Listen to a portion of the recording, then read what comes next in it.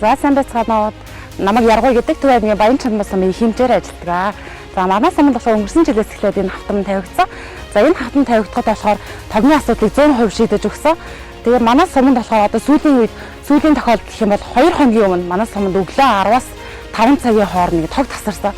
Тэр үед болохоор манай эмнэлгийн тусламж үйлчилгээ болохоор ерөөсөө цаг алдалгүй тогтоо байгаа учраас ерөөсөө сайн явуулж чадсан. Сүүлийн нэг тохиолдол дээр манайдаа бочорсон хүүхэд орж ирсэн. Бочорсон хүүхдэд болохоор бид нар яг энэ тайрагаа ингээд тусал шингэн авахд бол хүчил төрөгч олон ингээд нөгөө тогонд залгаж ингээд өгөхөд бол манай сумд ингээд тог тасарсан байсан ч гэсэн бид нар хүчил төрөгч аппаратаа залгаад тэр хүүхдийн нөгөө хамарт гуурсаа тавьж аваад гуурсаа тавиад ингээд хүчил төрөгчөө өгж ирсэн. Энэ бол маш ингээд хүний амь нас эрүүл мэндэд ингээд маш сайн тусламж үйлчилгээ цаг алдалгүй хүргэж өгдөг тийм сайхан зүйл болсон. Манай сумд одоо ингээд эрүүл мэндэд тусламж үйлчилгээг ингээд бас цаг алдалгүй хүргэхэд ингээд манай сумыг бас дэмжиж ажилласан та бүхэндээ баярлалаа. Бас бусад ингээд өөр сумдууд ч гэсэндээ ингээд та бүхэн энэ буянтай үйлсээ бас хийгээрэй гэж уриалж байна.